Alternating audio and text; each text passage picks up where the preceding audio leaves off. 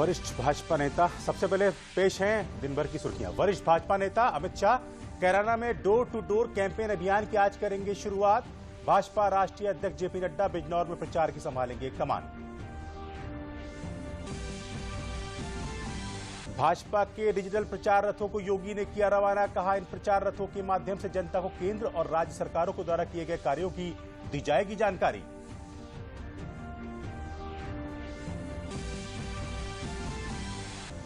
प्रदेश में मतदाताओं को 100% मतदान के लिए विभिन्न माध्यमों से किया जा रहा है जागरूक। शिक्षक और प्रतिष्ठित व्यक्ति घर घर जाकर लोगों से वोट देने की कर रहे हैं अपील।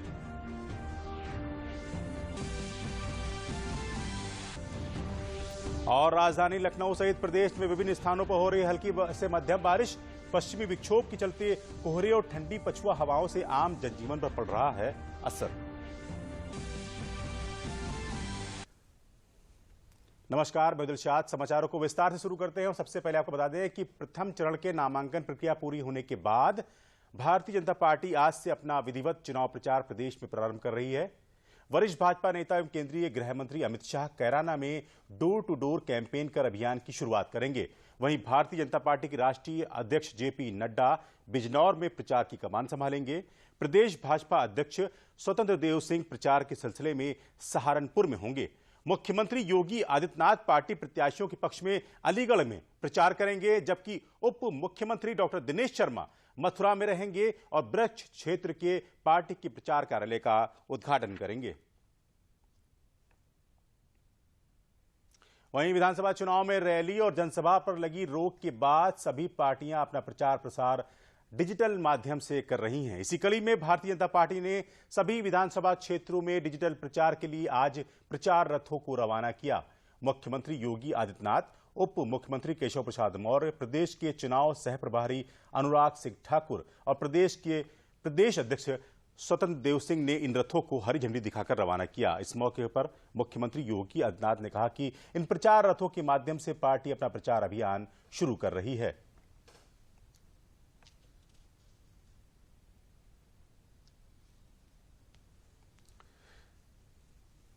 दरअसल मुख्यमंत्री इस मौके पर पार्टी के चुनाव से प्रभारी अनुराग सिंह ठाकुर ने कहा कि बीजेपी की डबल इंजन की सरकारों ने जो कहा वो करके दिखाया। उन्होंने कहा कि जनता का सहयोग प्राप्त करने के लिए एक बार फिर पार्टी का विजय रथ निकल रहा है। इस मौके पर पार्टी के वरिष्ठ नेता केशव प्रसाद मौर्य ने कहा था कि योगी की सरकार में समाज के सभी वर्गों का विकास हुआ है और दागियों तथा अपराधियों का पलायन हुआ है।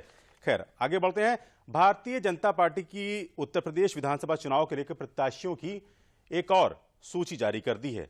दूसरे दलों से आने वाले रामवीर उपाध्याय, अदिति सिंह एवं हरिओम यादव को भाजपा ने टिकट दिया है।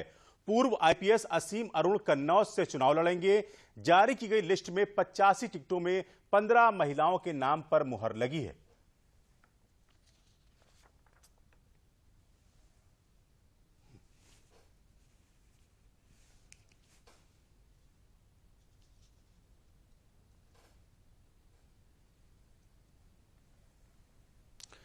चलिए आगे बढ़ते हैं। भारतीय जनता पार्टी के राष्ट्रीय अध्यक्ष जेपी नड्डा ने शुक्रवार को आगरा में ब्रज क्षेत्र के पदाधिकारियों के साथ भिन्न भिन्न समूहों में बैठक की और प्रचार की रणनीति एवं जीत के मंत्र उन्होंने दिए। इस अवसर पर जेपी नड्डा ने घर घर संपर्क अभियान की शुरुआत की। बैठक में केंद्रीय मंत्री और उत्तर प्रदेश चुनाव सह प्रभारी अर्जुन राम मेघवाल, उप सह प्रभारी संजीव चौरसिया, केंद्रीय मंत्री प्रोफेसर एसपी सिंह बघेल और ब्रज क्षेत्र अध्यक्ष रजनीकांत महेश्वरी मौजूद रहे। इससे पूर्व उन्होंने नगर स्थित रावली महादेव मंदिर में पूजा अर्चना की।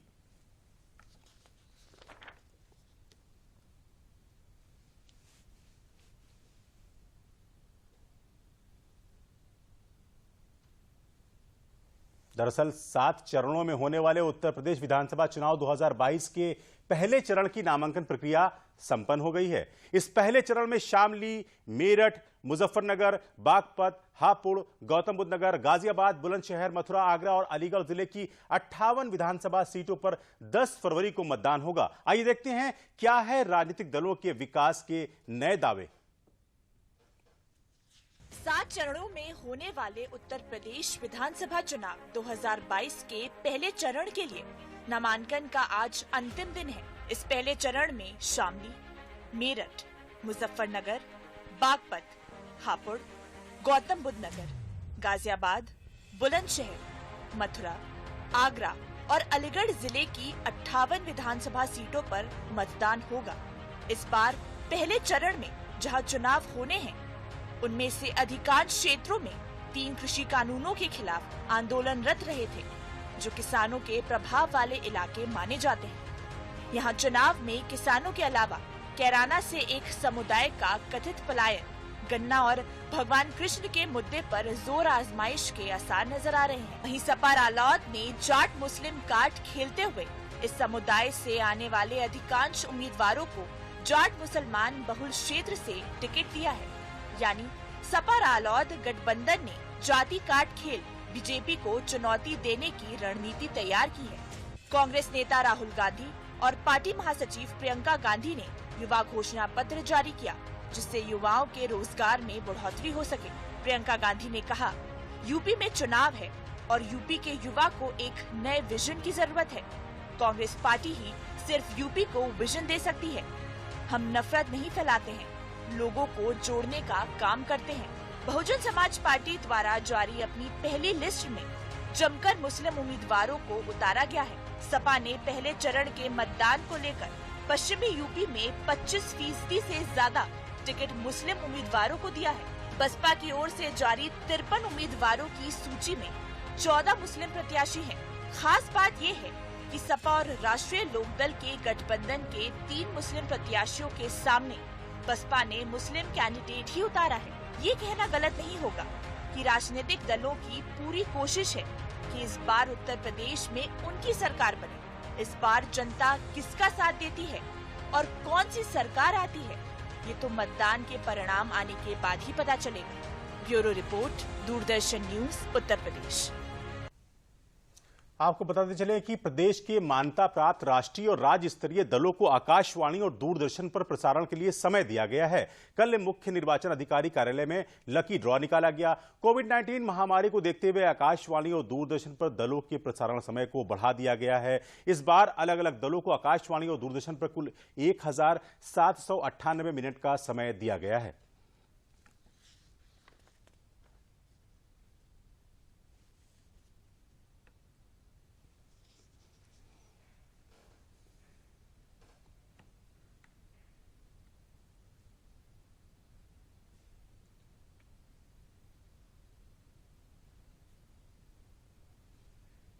भारत निर्वाचन आयोग के दिशा निर्देशों के क्रम में मान्यता प्राप्त राष्ट्रीय एवं राज्य स्तरीय दलों को प्रसारण के लिए दूरदर्शन और आकाशवाणी पर जो समय दिया गया है, उसके लिए मुख्य निर्वाचन अधिकारी कार्यालय में ड्रॉ निकाला गया है।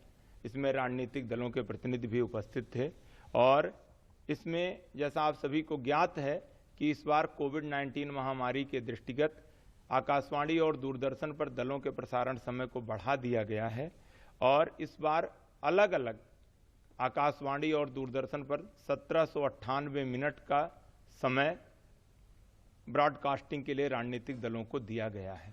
जो भारत निर्वाचन आयोग द्वारा आकाशवाणी और दूरदर्शन पर प्रसारण के लिए 90 मिनट का बेस टाइम दिया जाता है और इससे जो अतिरिक्त समय दिया जाता है वह पिछले विधानसभा चुनाव में उन पार्टियों के प्रदर्शन के आधार पर तय किया जाता है। उत्तर प्रदेश विधानसभा चुनाव के दूसरे चरण में 9 जिलों की 55 सीटों के लिए नामांकन की प्रक्रिया कल से शुरू हो गई है। मुख्य निर्वाचन अधिकारी अजय कुमार शुक्ला ने बताया कि दूसरे चरण में 9 जिलों सहारनपुर, बिजनौर, मुरादाबाद, संभल, रामपुर, अमरोहा, बदायूं, बरेली और शाहजहांपुर में 14 फरवरी को मतदान होगा। 28 जनवरी को नामांकन की अंतिम तिथि है। 29 जनवरी को नामांकन पत्रों की जांच होगी और 31 जनवरी 2022 तक नाम वापस लिए जा सकते हैं।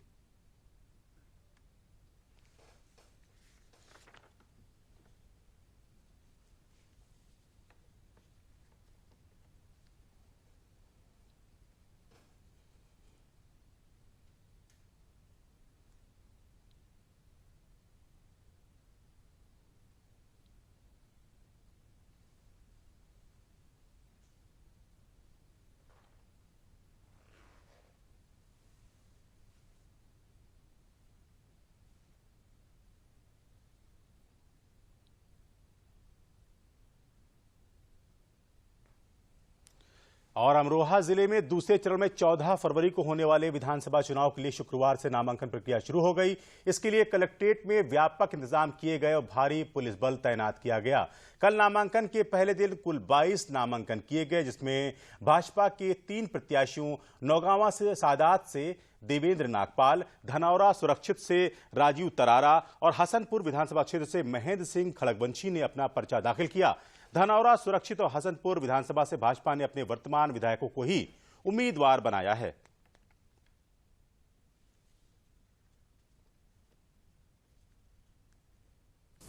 जनता के आशीर्वाद से मैंने नामांकन दाखिल किया है। जो भी हमारे योगी जी के द्वारा से देश के अंदर, प्रदेश के अंदर जो मोदी और योगी जी के द्वारा से कार्य किए गए हैं, उनको लेकर अब जनता के बीच में जाने का काम हम आज से शुरू कर देंगे। सभी में बहुत उत्साह है और इस नामांकन के बाद विधिवत चुनाव प्रचार हमारा शुरू हो जाएगा। और पिछली बार जो जनपद की सबसे बड़ी जीत 39,000 वोट से हुई थी, उस रिकॉर्ड को भी इस बार धनौरा विधानसभा की जनता तोड़ने के लिए तैयार है। हमने यहाँ अमरोहा जिले में कलेक्ट्रेट पर अपना नॉमिनेशन कराया है। भारतीय जनता पार्टी ने मुझे उम्मीदवार बनाया है। मैं पहले भी विधायक रहा हूँ। 5 साल का कार्यकाल भारतीय जनता पार्टी ने मेरे विश्वास जताया है और आज फिर पुनः मुझे सिंबल देकर भारतीय जनता पार्टी ने प्रत्याशी बनाया है। उधर शामली में थाना भवन विधानसभा क्षेत्र से भाजपा नेता सुरेश राणा और बसपा के प्रत्याशी जहीर मलिक ने अपना नामांकन दाखिल किया। भाजपा नेता सुरेश राणा ने नामांकन के बाद कहा कि मोदी और योगी सरकार में देश व प्रदेश का विकास तेजी से हुआ है। भाजपा के साथ जनता का समर्थन है। जहां शिक्षा, स्वास्थ्य, बिजली, सड़क और पानी की समस्याओं का निदान हुआ है। वहीं बसपा प्रत्याशी जहीर मलिक ने वर्तमान सरकार पर किसान, मजदूर, युवा और व्यापारियों की उपेक्षा का आरोप लगाया। उन्होंने कहा कि बसपा अकेले अपने दम पर चुनाव लड़ रही है और जीत हासिल करेगी। शामली जनपद में हम लोग खड़े हैं, जहां पूरे प्रदेश में विकास के 4 चांद लगे हैं, वहीं शामली जनपद भी 65 वर्षों में जो नहीं हो पाया, वो इन 5 वर्षों में शामली को विकास के रूप में मिला है। यहाँ मेडिकल कॉलेज हम लोगों को मिला है, यहाँ 850 करोड़ रुपए का बिजली घर हम लोगों को मिला है, यहाँ 5 नेशनल हाईवे हम लोगों को मिले हैं, यहाँ कई इंटर कॉलेज, 3 राजकीय डिग्री कॉलेज हम लोगों को मिले हैं, कलेक्ट्रेट हम लोगों को मिला है, नवोदय विद्यालय हम लोगों को मिला है, यहाँ 43 करोड़ रुपए का स्टेडियम हम लोगों को मिला है। एक लंबी फहरिस्त है कामों की। चंडीगढ़ जो कार्य पहले 4 बार मुख्यमंत्री रहे, जो उनके कार्य हैं उनको कहेंगे, उनको जनता के बीच में रखेंगे और कैसे शिक्षा, रोड, युवाओं के सारे मुद्दे होंगे। दरअसल विधानसभा चुनाव के प्रथम चरण का मतदान 10 फरवरी को होना है, जिसके लिए मेरठ जिले की 7 विधानसभा सीट के लिए भाजपा, कांग्रेस, रालोद, सपा गठबंधन, आम आदमी पार्टी, आजाद समाज पार्टी और निर्दलीय समेत 93 उम्मीदवारों ने नामांकन दाखिल किए हैं। मेरठ की हस्तिनापुर सीट से कांग्रेस ने फिल्म अभिनेत्री अर्चना गौतम को टिकट दिया है। वहीं आजाद समाज पार्टी ने सिवाल खास से भूपेंद्र बाफर को अपना प्रत्याशी बनाया है। रालोद गठबंधन ने मेरठ की शहर विधानसभा सीट से सिटिंग समाजवादी एमएलए रफीक अंसारी को टिकट दिया है। कांग्रेस ने कैंट विधानसभा सीट से अपने जिला अध्यक्ष अवनीश काजला को चुनावी मैदान में उतारा है। वहीं संधना विधानसभा सीट से भाजपा के प्रत्याशी संगीत सोम ने और कैंट विधानसभा से रालोद सपा गठबंधन प्रत्याशी मनीषा अहलावत ने भी अपना पर्चा दाखिल किया। समझ लीजिए हॉस्पिटल में मौत, उसको लेकर अस्पताल नहीं बन पाए, कॉलेज नहीं दिया, बेरोजगारी यहाँ रही है, उन सबको लेकर जो यहाँ जुल्म आम जनता पर हुआ है, उसको लेकर हम चुनाव में जा रहे हैं। प्रियंका जी ने एक बड़ी जिम्मेदारी दी है लोगों के बीच में जाकर चुनाव जीतने की, और मैं धन्यवाद करता हूं सबसे पहले अपनी नेता प्रियंका गांधी का, जिन्होंने मुझ पर विश्वास जताया। अभी तक जैसी आपने बात कही, लगभग मैं 6 साल लगातार छात्र संघ में मैं प्रदेश का अध्यक्ष हुआ करता था, तो मैंने सैकड़ों लोगों को नेता बनाया और मुझे पूरा विश्वास है कि वो सभी लोग कहीं ना कहीं मेरे साथ आकर मुझे विधायक बनाने में मेरी मदद करेंगे। ब्लॉक प्रमुख रहा हूँ, निर्विरोध प्रमुख रहना। उस टाइम 904 प्रमुख थे, ब्लॉक थे यूपी में, सिर्फ एक मैं ही था जिसने पूरा ब्लॉक निर्विरोध कराया था, तो वो भी बड़ी उपलब्धि थी। प्रधान रहा, निर्विरोध रहा, बीडीसी रहा, निर्विरोध रहा। जनता में सामाजिक कार्य करता हूँ। जाट महासभा में राष्ट्रीय उपाध्यक्ष रहा हूँ। उससे पहले उत्तर प्रदेश में युवा का जाट महासभा का अध्यक्ष रहा हूँ। तो सामाजिक संगठन जुड़ा रहा हूँ, तो इसलिए जानना लाजमी है। मुद्दे तो बहुत प्रत्यक्ष हैं और बिल्कुल इसीलिए ये बदलाव आ रहा है, इसीलिए अब ये सत्ता में बदलाव भी आने वाला है। पहले चरण के विधानसभा चुनाव के लिए मथुरा की 5 विधानसभा में कुल 80 प्रत्याशियों ने नामांकन दाखिल किए हैं। विधानसभा सामान्य निर्वाचन मथुरा से कुल 27 उम्मीदवार हैं, जिसमें भाजपा नेता श्रीकांत शर्मा भी चुनावी मैदान में हैं। माठ विधानसभा से कुल 15 उम्मीदवार हैं, जिसमें 32 वर्ष से लगातार 8 बार विधायक पंडित श्याम सुंदर शर्मा भी शामिल हैं। विधानसभा छाता से कुल 15 उम्मीदवार, जिसमें भाजपा नेता चौधरी लक्ष्मी नारायण, गोवर्धन विधानसभा से कुल 13 उम्मीदवार तथा बलदेव विधानसभा से कुल 10 प्रत्याशियों द्वारा नामांकन पत्र दाखिल किए गए हैं। पार्टी के हम लोग अनुशासित सिपाही हैं। पार्टी का आदेश था कि मैं छाता विधानसभा से प्रत्याशी के रूप में अपना नामांकन करूं। मैंने उसका पालन किया है। नियमानुसार जो भी अलाउ थे उसी हिसाब से हम सब लोग यहाँ आए। आदरणीय अध्यक्ष जी मेरे साथ हैं, उन्हीं के अध्यक्ष जी के नेतृत्व में हम लोगों ने यहाँ नामांकन आज किया है। ये विधायक जिस व्यक्ति ने कभी आपका क्या रहेगा, जिस व्यक्ति ने कभी विधानसभा के अंदर अपने क्षेत्र की समस्या नहीं उठाई हो, उससे ऊब गई है जनता। वही तो मैं कह रहा हूँ जो आप कह रहे हो। मैं ऐसा दोबारा कोई मौका नहीं आने दूंगा। जनता मुझे विजयश्री दिलवाएगी तो मैं विकास करूंगा, रोड का निर्माण करूंगा। मैंने भी कर्मचारियों की और समाज की सेवा में 90 दिन जेल में बिताए हैं और मेरी पार्टी का जन्म भी मथुरा में हुआ है, इसलिए ये ब्रिज का पूरा अंधकार दूर करेगी और ब्रिज की पूरी तरीके से गौरव। और प्रदेश में मतदान प्रतिशत बढ़ाने के उद्देश्य से राज्य निर्वाचन आयोग द्वारा चलाई जा रही मतदाता जागरूकता बस कल वाराणसी पहुंची। वाराणसी पहुंचने पर काशी हिंदू विश्वविद्यालय में राष्ट्रीय सेवा योजना के कार्यकर्ताओं द्वारा इसका भव्य स्वागत किया गया। इस दौरान राष्ट्रीय सेवा योजना के कार्यक्रम समन्वयक डॉक्टर बाला लखेंद्र द्वारा इसे हरी झंडी दिखाकर अगले गंतव्य के लिए रवाना किया गया। इसके बाद जागरूकता बस ने वाराणसी के विभिन्न कॉलेजों व प्रमुख स्थलों पर लोगों को मतदान प्रतिशत बढ़ाने के लिए जागरूक किया, जिसमें स्कूली बच्चों ने भी प्रतिभाग किया और लोगों से अधिक मतदान करने की अपील की।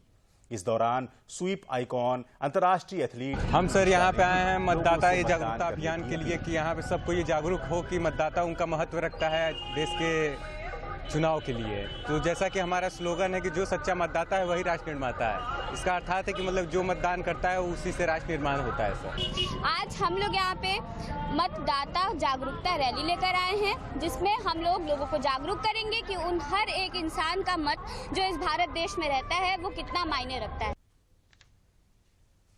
और जनपद अलीगढ़ में पहले चरण में 10 फरवरी को होने वाले विधानसभा चुनाव में 100% मतदान कराने के लिए विभिन्न विद्यालयों के अध्यापकों द्वारा मतदाताओं को निरंतर जागरूक किया जा रहा है। मतदाताओं को उनके मताधिकार के प्रयोग के बारे में जानकारी देने के साथ ही उनकी समस्याओं का भी समाधान किया जा रहा है। छात्र छात्राओं द्वारा वोटिंग मशीन और मतदान से संबंधित ऑनलाइन चित्रकला एवं पोस्टर मेकिंग प्रतियोगिता भी आयोजित कराई जा रही है। सीडीओ ने बताया कि स्वीप अभियान के तहत मतदाताओं को मतदान के प्रति विभिन्न माध्यमों से जागरूक किया जा रहा है। छात्र छात्राओं ने मतदाताओं को जागरूक करते हुए कहा कि वे अपने वोट के महत्व को समझें और जाति तथा धर्म को नहीं देखकर मतदान करें।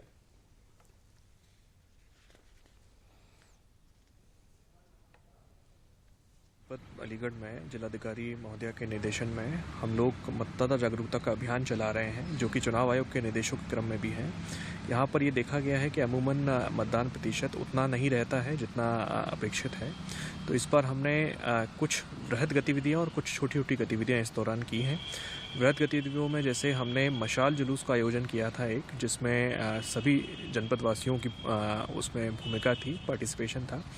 इसके अलावा एक अभियान हमने स्कूली बच्चों के द्वारा डियर चुनाव आयोग को एक पत्र लिखवा करके, जिसमें वो अपनी मतदान को लेकर के विभिन्न तरीकों से संदेश पोएम के माध्यम से या 2 लाइनों के माध्यम से, एक लेटर के माध्यम से उन्होंने देने का प्रयास किया है। आज स्कूल में मतदान जागरूकता अभियान के तहत प्रोग्राम रखा गया है, जिसमें पोस्टर प्रतियोगिता कराई गई है और उसमें बच्चों को भी बताया गया है और बच्चे अपने माध्यम से, पोस्टर के माध्यम से अपने आसपास लोगों को ये मैसेज दे रहे हैं कि हमें अपने मतदान का अधिकार किस तरह से करना चाहिए। मजबूत लोकतंत्र होना चाहिए हमारा और सशक्त भारत होना चाहिए और 100% लोगों को मतदान करना चाहिए। हमें वोटर्स अपनी वोट को कीमत नहीं कीमत समझनी है। इसमें काफ़ी अंतर है, आप इसको समझिए। हमें वोट ना कि किसी को जाति धर्म को देके, ना ही किसी की ऊंच नीच को देके, बस ये देखना है किसका काम बेटर है और कौन हमारे लिए कितना काम सही कर सकता है, उस हिसाब से हमें वोट देना चाहिए। और विधानसभा चुनाव में 100% मतदान के लिए जनपद बलरामपुर में मतदाता जागरूकता अभियान चलाया जा रहा है, जिसके लिए national para athlete Harshvardhan Dikshit और नेशनल हॉकी खिलाड़ी रही रश्मि सिंह को मतदाता जागरूकता के लिए जिले की आइकॉन बनाया गया है। जिले में मतदान प्रतिशत बढ़ाने और लोगों को वोट देने के लिए प्रेरित करने के लिए शिक्षक भी घर घर जाकर लोगों को जागरूक कर रहे हैं। जिले की मतदाता आइकॉन ने लोगों से वोट देने की अपील की। अपर जिलाधिकारी राम अभिलाष ने बताया कि विभिन्न कार्यक्रमों के माध्यम से लोगों को मतदान करने के लिए प्रेरित किया जा रहा है।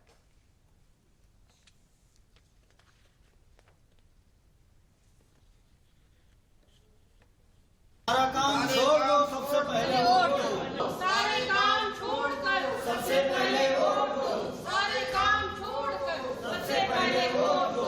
सभी बलरामपुर वासियों से मेरा अपील है कि लोकतंत्र के शुभ अवसर पर आज सभी सम्मानित मतदाताओं से अनुरोध है कि दिनांक 3 मार्च 2022 से 2022 को अपने बूथ पर पहुंचकर अमूल्य मत प्रदान करें।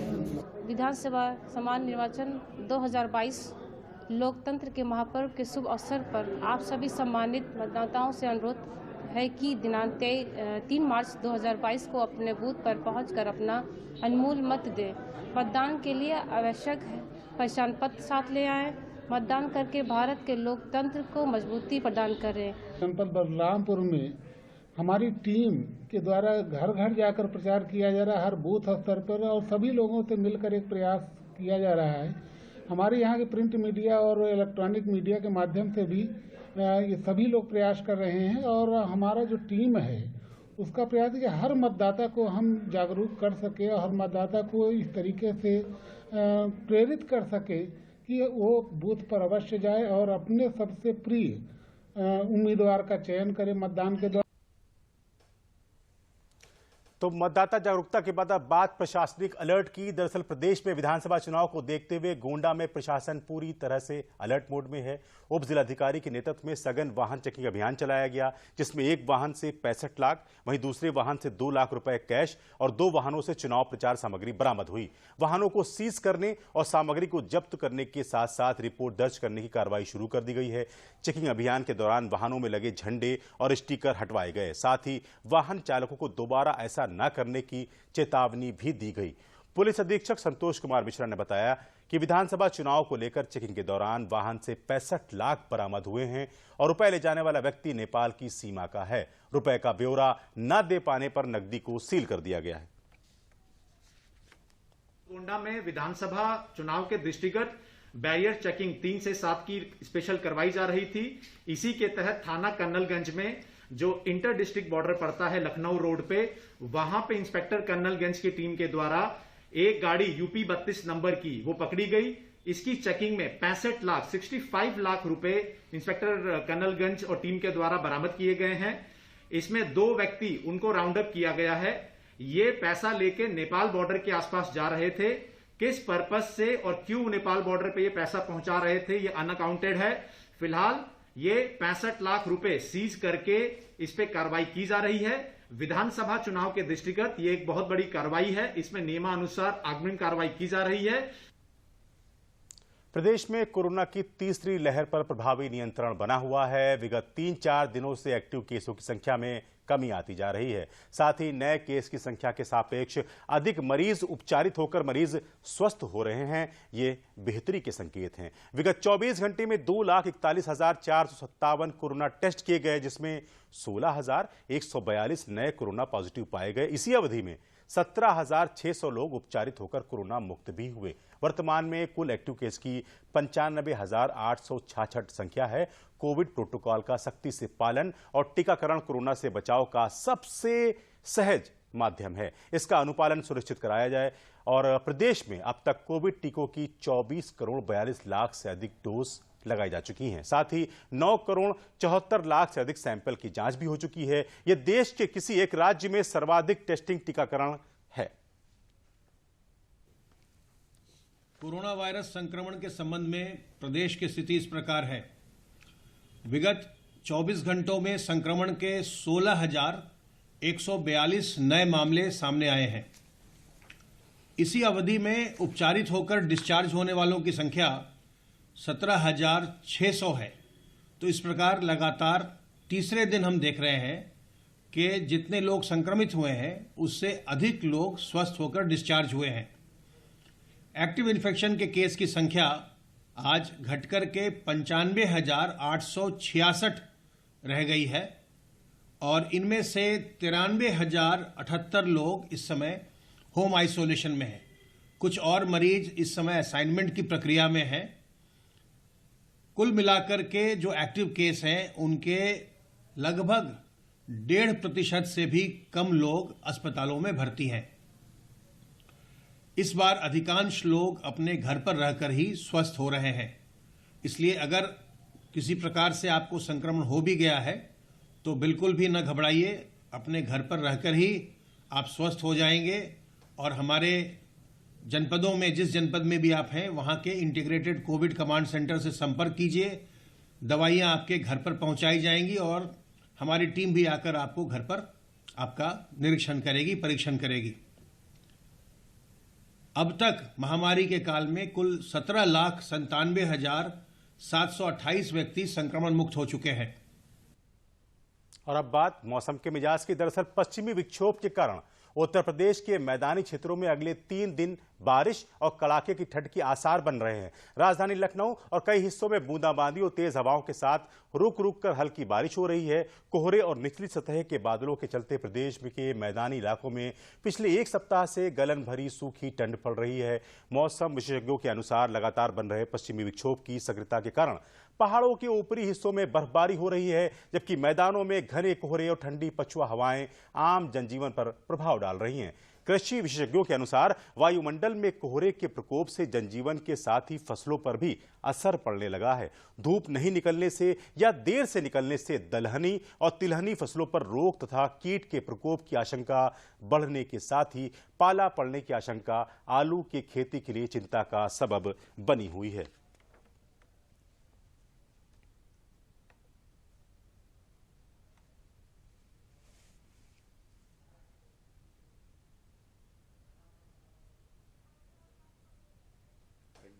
कोरोना का खतरा ओमिक्रॉन वेरिएंट के रूप में एक बार फिर सामने है, इसलिए मास्क पहनें, उचित दूरी बनाकर रखें, भीड़ भाड़ से बचें और समय समय पर हाथ भी धोते रहें। नमस्कार।